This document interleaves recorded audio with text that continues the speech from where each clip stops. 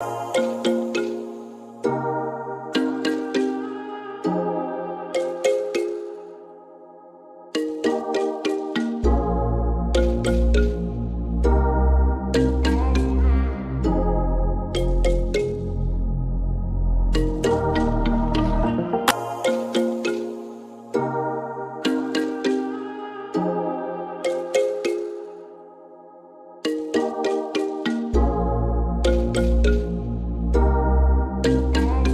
the Coasties Distinct Podcast. This is your boy DJ KO. I'm glad you guys tuned back into the show. I'd like everybody to welcome to the show Miss Maurissa Smith.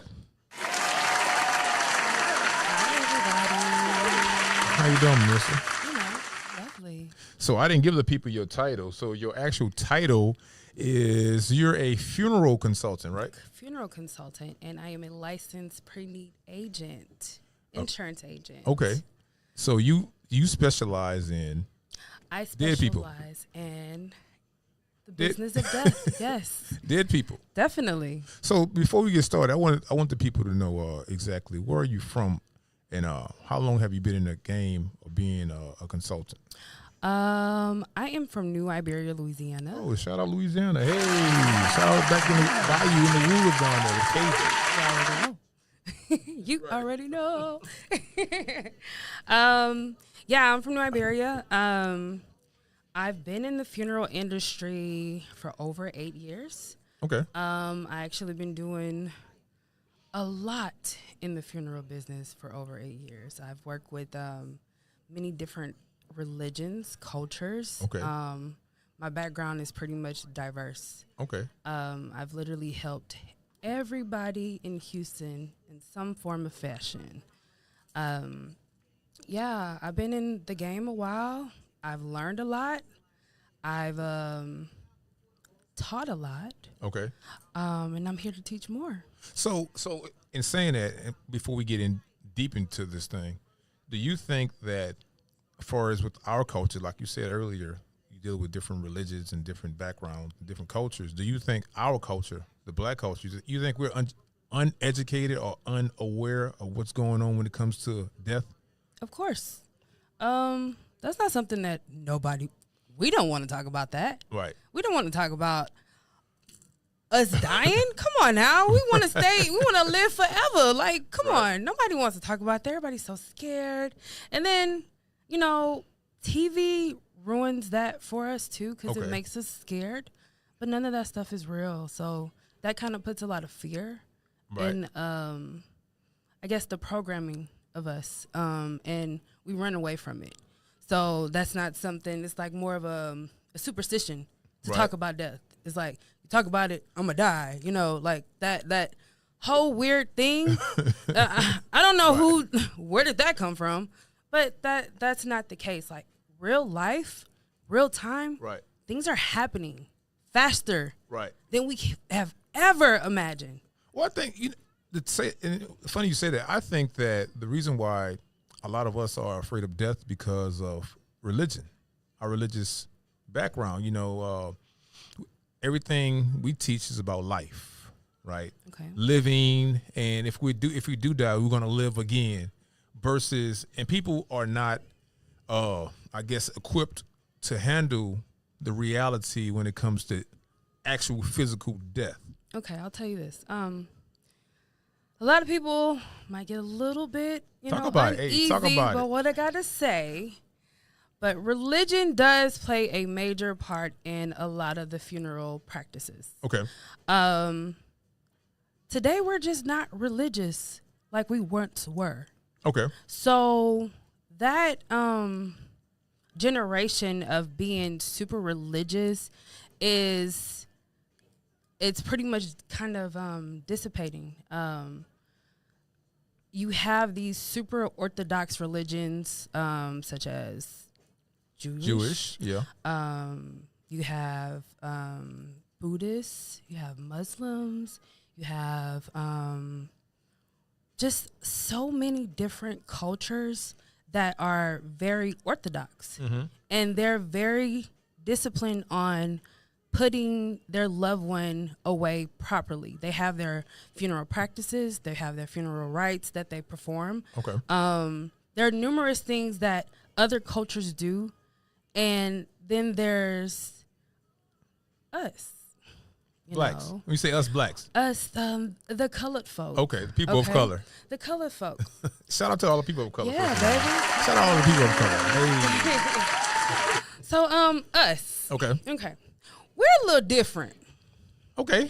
Okay. How so? How so? Oh, baby. It'd be a show.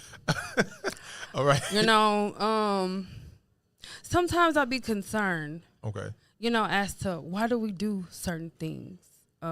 Why do we act in certain manners when it comes to death? What you mean antics? You mean the antics? Antics, it's just a performance sometimes. Okay. Sometimes it doesn't, it's almost mimicked. Okay. You know, like I seen ain't teeth falling out at the funeral and want to jump in the casket, so I'm going to do it too. So, you know, it'd be like those practices were passed down just like on the other religions. Right. Like they have a way of performing services. And when we go to services, we know how we perform at services, okay? Right. And then you have, you know, our white Americans, Catholic Americans who are, you know, they hold back emotions. They don't cry. Right. They have a funeral on Monday, Tuesday, Wednesday, Thursday, Friday, not a Saturday. Unless it's imperative for people to come down or, you know, things like that. But they'll put someone away, not cry, and, you know, go on with their life. Right. But to not to defend my race, can I do that? I want to defend my race. I think that we are, now, don't get me wrong, we are performers. We do perform well. Well, yeah, we characters. That's fair. But I think that for as our nature, we are a caring people, and we have a caring, loving nature, and sometimes that expression is overwhelming for some. I understand that. You know what I'm saying? I understand that. But think about this. Maybe you should learn to adjust your feelings. Okay. It's not a show every time. Right. This is serious. Right. This is very serious. I don't need you cutting up, and I'm trying to handle business. Right. You know? Right. Like, you falling out. We get it. We understand. Like, at a point, you have to really sit back and really think about what's going on first. Right. Then react. You're just reacting at that point. Right. You know? So I want to dive into that when you said the business of it, because a lot of people don't understand the business of a funeral, right? I want you to tell us what goes into burying an individual. So a person dies, boom, they're gone. They go to the coroner, then they go to the funeral home. From that point, how does the process take place? What happens? I'm talking about from payment all the way down to the actual burial. So, scenario. Okay. Hey.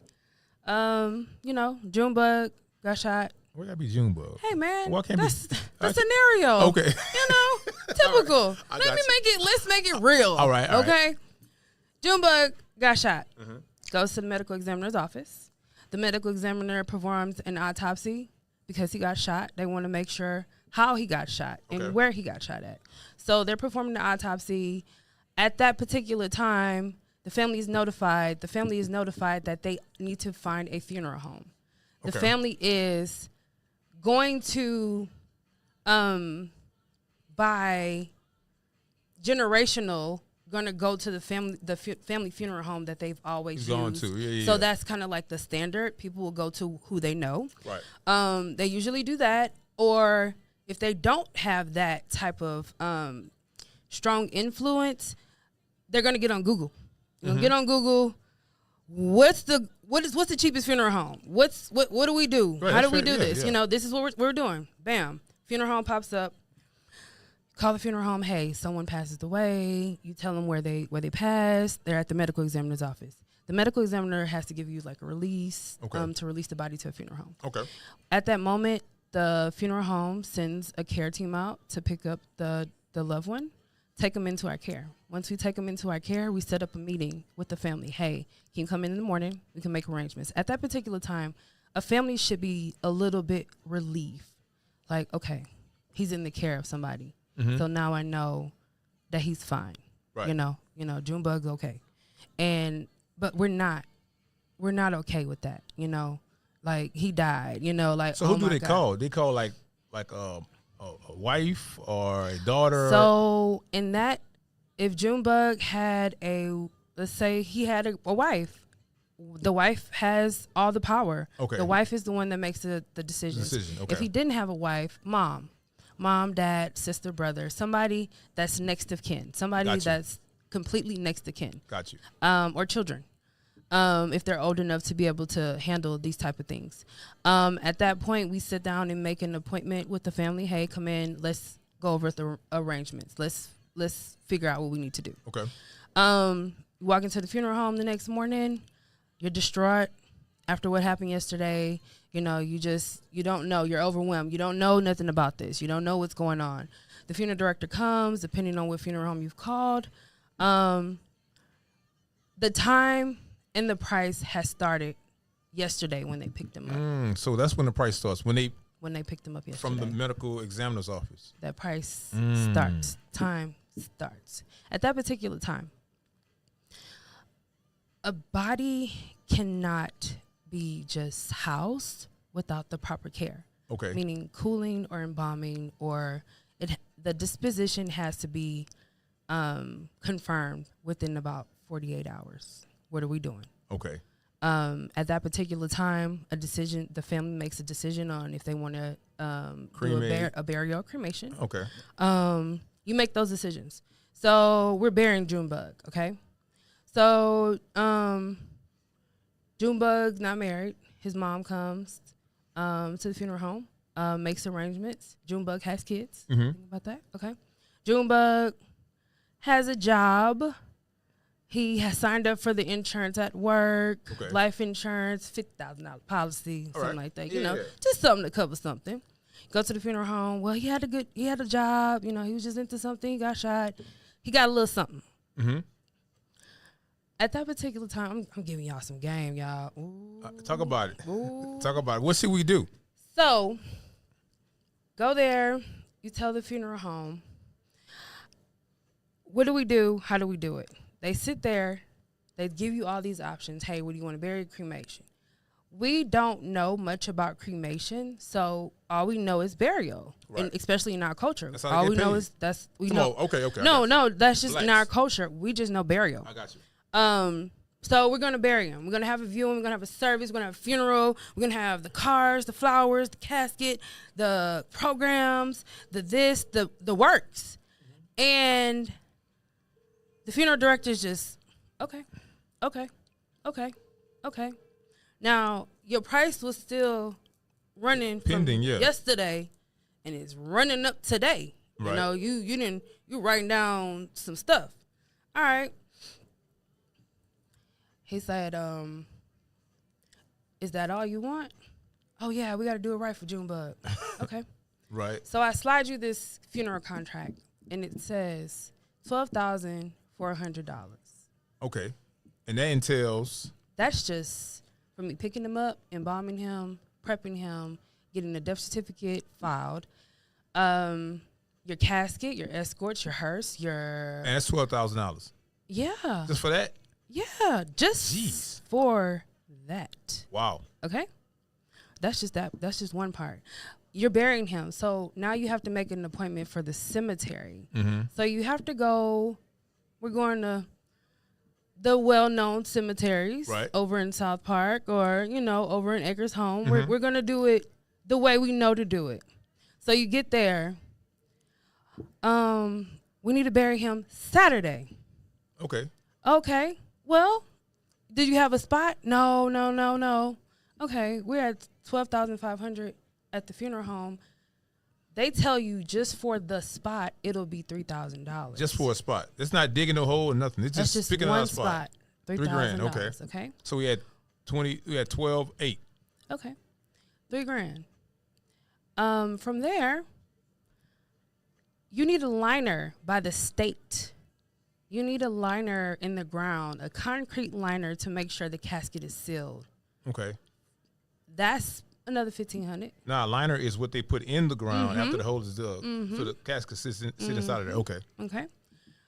Then you want to do it on a Saturday. Saturdays are busiest day. Overtime and all that. So we're gonna charge you $2,500 just to open and close the grave, and you got to be here at 12 o'clock. Wow. Okay. Okay. So your price has went. You've literally spent what, $6,000 at the cemetery and $12 at the funeral home. You're 18 grand right now. Just say 20 grand, roughly. 20 grand. What do you do? Tell them, well, I got a policy. All right, I got a policy for $50,000. He got it at his job. Okay, cool. Well, let's max the policy out. We're gonna take the 20. The life insurance policy. Yeah, we're gonna take the 20. We're gonna take the 20 and use that. Now, Junebug got 2 kids. Out of that $50,000, you done spent 20 on a funeral service. On a funeral for a dead person. For a dead person. And what are those kids gonna live off of $30,000 for the rest of their life? 15 grand a piece. Really? Wow. Really? So, all right. So let me ask you this, because I'm glad you broke down the numbers, because a lot of people don't understand how much a funeral is, and I'm glad you broke that down. So, an average, roughly. This is today's price. It's about That's almost. not yesterday's price. It's today's price. That's today's price. 16 to 20 grand just to bury a normal person, right? So now, let me ask you about burial insurance and life insurance, because this new thing now, people are selling burial insurance versus life insurance. Like, we know about the life insurance and, get the policy, and the life insurance is going to pay for the funeral. But now they have this thing called burial insurance. What's the difference between the two? They're similar, but not quite. Okay. Life insurance covers your life. Burial insurance covers your burial. Okay. I don't think we're educated to know that that's available or that's an option. Okay. I definitely advise people to get life insurance, but also have burial insurance. You can go to a funeral home today, say, hey, I don't know, but I need to know what to do in the event something was to happen to me. Okay. What do I need to do? What can I come up with? What can I do to save my family the pain and the burden of having to come up with $16,000 to $20,000 in a matter of 48 hours? 48 hours. So they need that. so hold on. So these funeral homes need their money, cash, in their hand, 48 hours. No money, no service. Wow. So what happens if they don't have the money? So they just sit them on the side, or what? You better go sell some plates. So hold up, because I'm always trying to figure that out. I know, like, in New Orleans, a lot of people don't have insurance, and they have second lines to raise money for the people that died, and a lot of people die unexpected, especially during this COVID environment. We're going to talk about that a little later. So they need the money. Most funeral homes say they need their money, cash, within 48 hours. You cannot do nothing with no money. That's important. I can't make none of this happen with no money. I can't make no deals. Like, what do you want me to do? You want? I need put some on the I need something. No down payments, no nothing. At that point, I don't. At that point, when you tell me that, I don't want a down payment, because you're not gonna give me the rest of my money. Right. I don't want to bargain with you. The most I can do is, hey, let me look out for you. I give you a couple discount, a couple. I knock something down. This is for just independently owned. Now, if you go to corporate funeral homes, it ain't no negotiation. It is. The price is what the price is. Wow. Now, you can go to somebody you know from up the street. Like, hey man, I didn't ran with you. Can you knock it down a couple?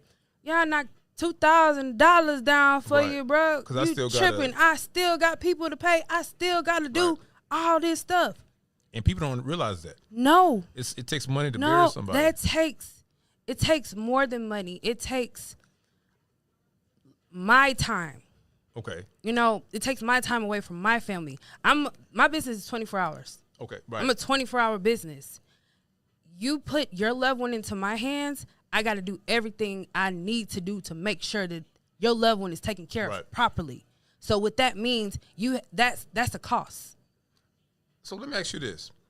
I know people was dying anyway prior to COVID.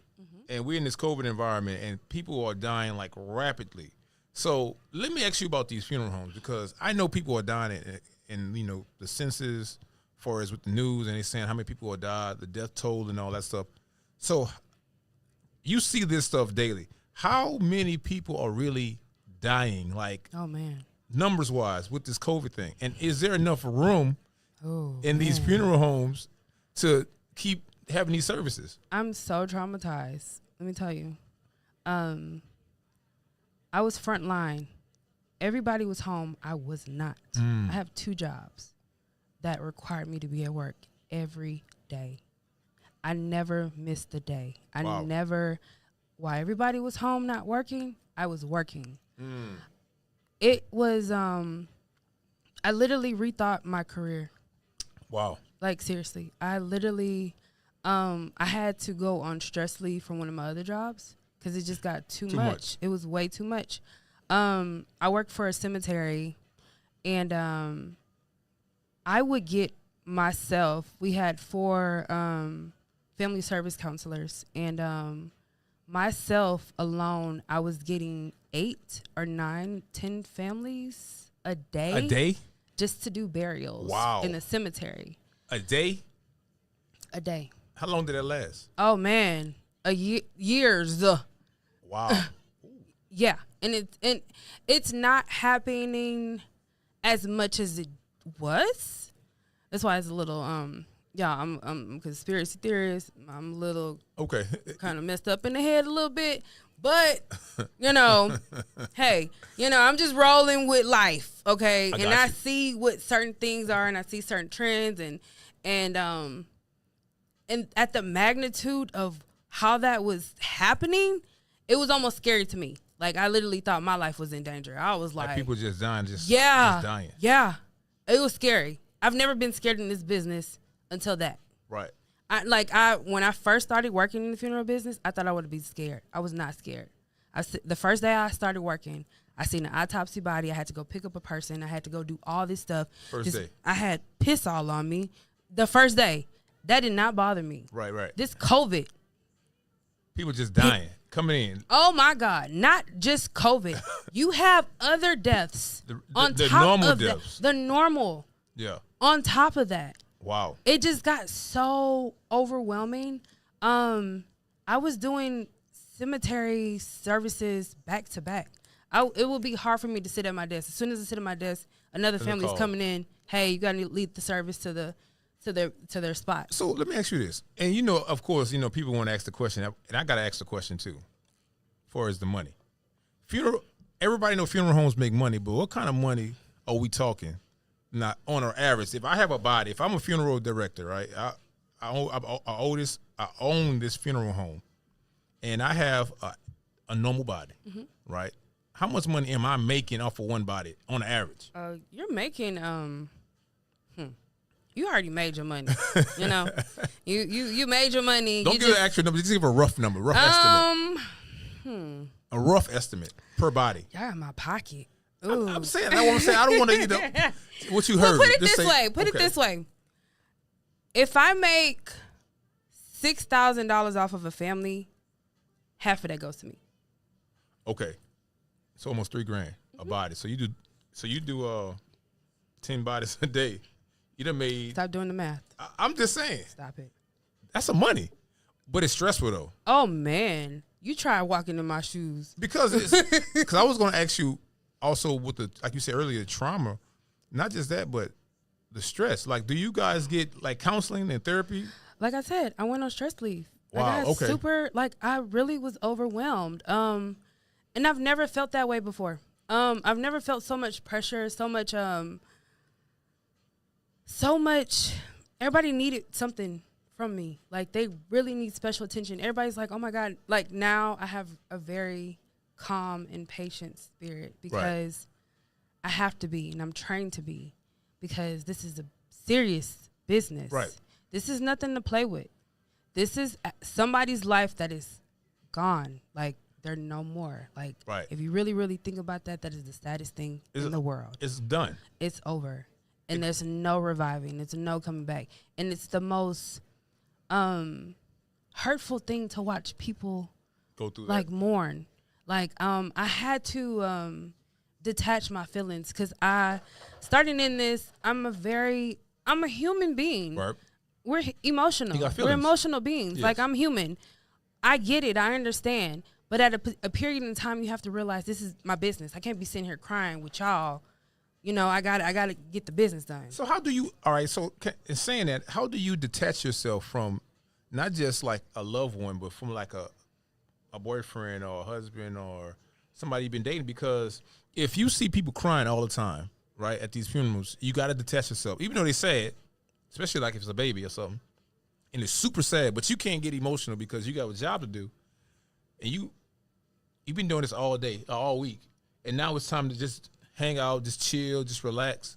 But you have a loved one that wants that time or wants to be emotional with you, but you can't be emotional. How do you like separate that? I can say like currently from experience, I can feel myself being super insensitive sometimes. Okay. But I have to like scale it back sometimes because it'd be too much for people to handle. Like I come off like I'm insensitive or like you don't care. Yeah. Right. But I do. But I guess it's more of the numbness that I have within this. And it just kind of keeps me from being depressed. Like okay. I don't want to be sobbing all the time. Like I'm crying. Look, I am so fun. I don't know what y'all heard. Just because I work in the funeral business, I am. Oh, baby, I have fun. My life don't stop. I actually have a great life. So look, all that money you making. Hey! Shout out to the people making that money. You know, look. Let me ask you this. I want to bring awareness to our people. What is the biggest thing? The biggest takeaway that we as a people need to know when it comes to death, because this is important. We know a lot of stuff, but we don't take action to it. But death is something. It's two things in life that's guaranteed. That's death and taxes. Yeah, everybody's going to receive. Yeah, IRS. Right. Everybody. Transcript. Everybody. Y'all with the PPP loans, y'all better and all them tax credits y'all got, y'all better Don't talk about them PPP. Hey man, y'all better get educated. But no, them two things that's guaranteed. Like I'm trying to educate them now. Get educated. Listen. If you're not prepared, who's going to be prepared for you? Like, what are you doing out here? Just wilding? So you wilding and you get shot. In the streets, you wilding, and you ain't got nothing. Nothing. But it's everybody else's problem. Ooh, that's heavy. How is it everybody else's problem? So now I got a call. Hey, your homeboy you been running with just got shot. Hey man, can you put something on the table? Man, nah, I got pay my baby mama. I got child support. I can't come through. Oh, but you been running with my people, but you ain't got nothing on the table. Oh, let me call this little girlfriend. Hey, little girlfriend, you been sick coming over here and all this. You got some money on this boy? Right. I don't got no money. Useless. Okay. Sisters, anybody got $1? And nobody got nothing on it. Nobody got nothing on it. Now listen, you got people that do care. Right. Okay, let me not say that. There's some people that really do give a fuck about other people. Right. Like, they will pay either at all or they're going to put something on it. Okay. Like, I'm going to look out for you, man. I understand what you're going through. I'm going to put something. I'm not just going to be a part of it. I'm going to help you. I'm going to make sure it's taken care of. Right. Why is that their burden, though? It shouldn't be. Why is that their responsibility? It shouldn't be. But to bury you because you out here wilding. So I want to ask you this. So you seen, like you said, you seen different cultures.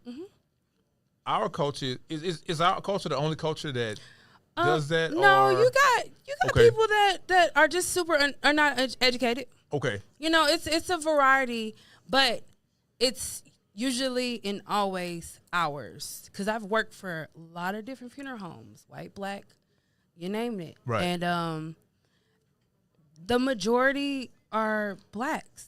Okay. They don't know. And then you do have blacks that have their shit together. And them people, I'd be so proud of. I'm like, come on.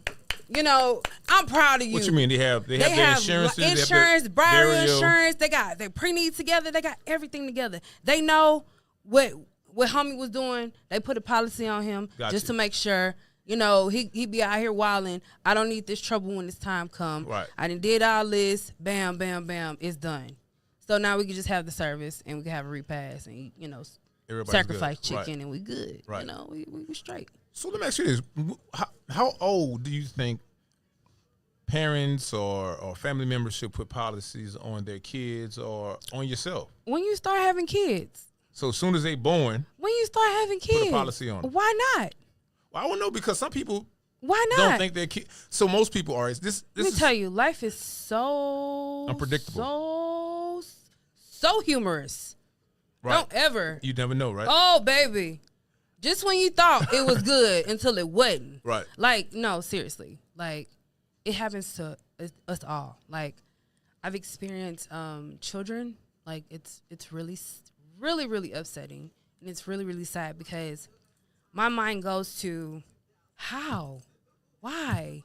Like, how does this happen? Right. How do these children get so sick? And then I think about, like, the world is sick. The earth is sick. Right. We're all sick. Mm-hmm. So me expecting a child to not be able to endure those type of things, I'm just, you know, I just think so highly of us that we're just super invincible, and that these kids are also invincible too. Right. That that's not gonna happen to them. As soon as you have a kid, you should be worried about if something was to happen to them. My grandma had a policy on me. I didn't even know my grandma had a policy on me. My grandma's paid my funeral up since I was maybe 1997. Okay. You know, I was 7 years. I'm talking. I'm 30. Yeah, I'm 30, y'all. I'm still young. I don't know about y'all, but I'm still young. Okay. But my grandma took care of me as soon as I was born. Okay. She paid on this policy $20 a month. It's cheaper than that, probably. At that time it was, baby. Baby, it's called inflation. Yeah, I know. You know, you better get it now, or you're gonna be paying $20,000 in 2 days. Yeah, look, it was funny. That's right. I'm just saying. It was funny. Me and my wife, we got life insurance probably about 5 years ago. We got educated, and this is how I learned this. I learned this from a white guy. Mm-hmm. White guy was telling me that. White guys know everything. I ain't gonna say all that now, look, but this one thing he did know. He said, "I've been having a life insurance policy on everybody for the last 20 years." He said, and what I do is every 10 years I take out of it. I said, "What you mean you take out of it?" He said, "You pay it up, whatever it is, whatever your policy is." He said, "I have a couple of policies, a couple of $1 million." He said, "If I need some money, whatever." You could do a policy loan. He just take money out of it. And then you put it back. And do it every 10 years. Yeah. So I was like, how do you do that? Like, he showed me the game. Yeah. He said, and right now at the age you are right now, you're only gonna pay X, Y, and Z amount. Exactly. And just keep paying it. Mm-hmm. And think about it.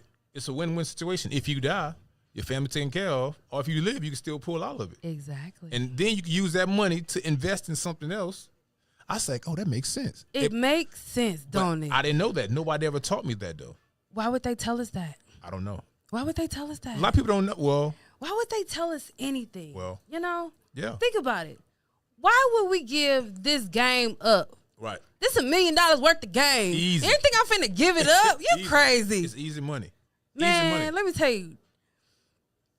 I'm in the business because I have a passion for it. Okay. Not for the money. Okay? I can do this and not get paid for it. But I'm going to get paid regardless. What made you go into that, though? Oh, Lord. Think about that, because that's an odd profession. Let me tell you, so funny. My grandma still says this to this day. Okay. We used to do prank calls. And when people used to call or something, I used to be like, I'm from New Iberia, and there's a well-known funeral home called Fletcher's Funeral Home. I used to answer the phone and say, Fletcher's Funeral Home, you stab him, we grab him. You know, you shot him, we got him. You know, I've been doing this. And my grandma was like, you've always said stuff like that. I think when her father passed away, I just was so interested to know, like, what was behind those doors. I'm just a very curious person to know, like, why do people die? That was my whole thing. Okay. Why do we die? How do we die? Why is it that we have to die? Got you. Why are we so Curiosity. sick that we're dying? I'm super curious, and I'm still searching for this. Right. My whole mission, I had family that pressured me into being a nurse. That just wasn't my calling because I don't thrive off of people being hurt. Or sick. I can't take that. That'll crush my heart. If I can't help you, like I'm useless. Okay. Like I can't. Like I'll break down with you. I wish I had a magic wand to make you feel better, but I can't. Right. That breaks my heart. I was able to find a feel that is so peaceful. It's a lot of work, but it's I don't have nobody fighting with me, cussing me out. The people at peace. They better be. They're at peace. You know, like the moment somebody get up and move, bruh, I promise you, I'm out of here. I'm dead. I'm telling you. I ain't never, ever, bro, I'm going to walk home. I was going to ask you that. I'm going to walk to my house. You know, with that embalming fluid, sometimes it causes spasms in the muscles. That's TV. Stop listening to TV. TV, look, guys, let me tell you. Okay. All this stuff on TV is fake, and I want to give it to you right now. That is fake. Hollywood is fake, okay? So they're just programming you to be scared. Afraid, yeah. They just want you to be scared because that makes money. Yeah. Being scared makes money, okay? Why they have a whole Halloween? For a whole month of October, they want to scare you. Y'all want to get paid to go get, you want to pay somebody to scare you? Let me ask you this. Go to the hood and get scared. How about that? Yeah, I definitely get scared in the hood. Let me ask you this. Is it hard getting into the funeral business? Like, far as like, not far as being a mortician or being a consultant. I'm talking about like owning one. Like if I wanted to go out there and open a funeral home and start this, is it? Because I know the state has to approve all that stuff, and then you got to get all these certificates. But is it difficult getting into that business? So I'm in the process of actually starting my own. Okay. Congratulations.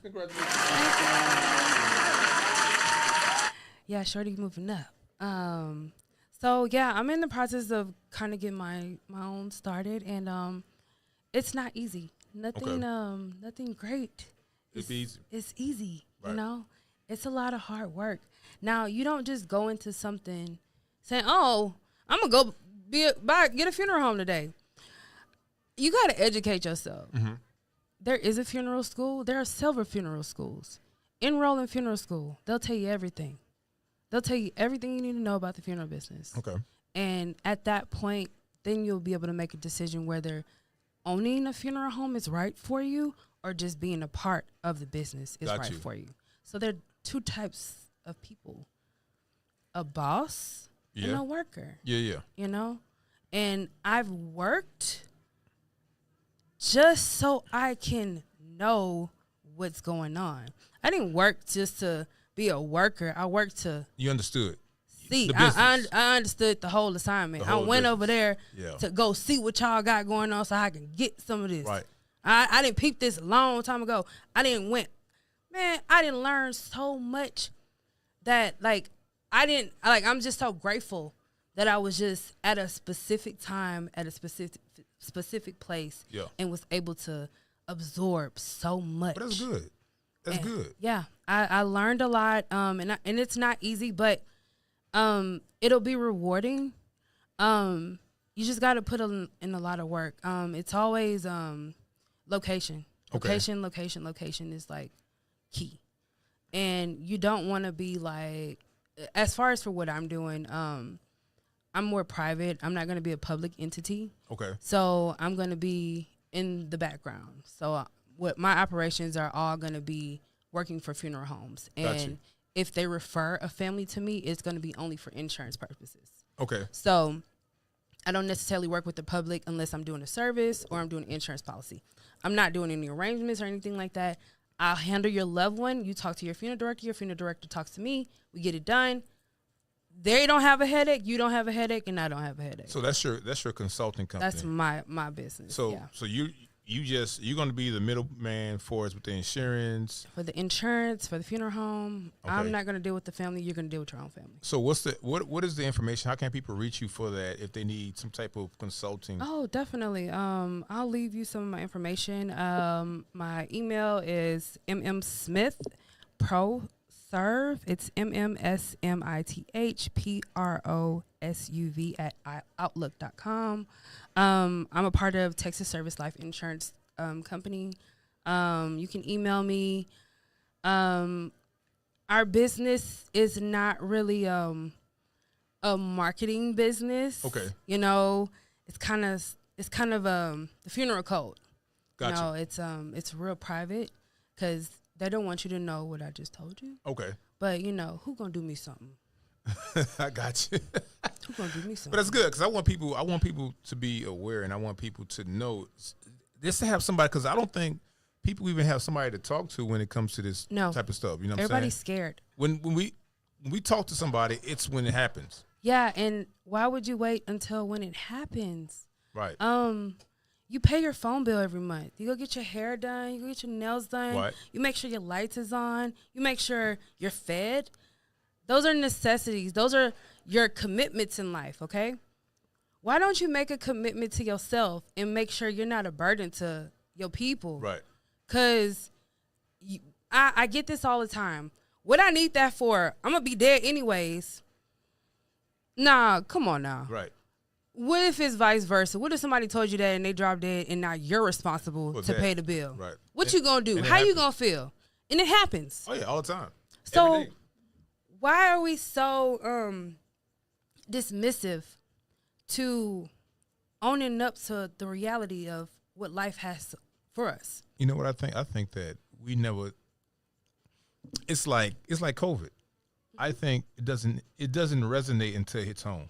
Of course. So, that ain't gonna mess with me. I ain't worried about that. Somebody in your family it's real. dies and it hits home. He's like, oh, this is real. I had that happen doing this, and it shook me.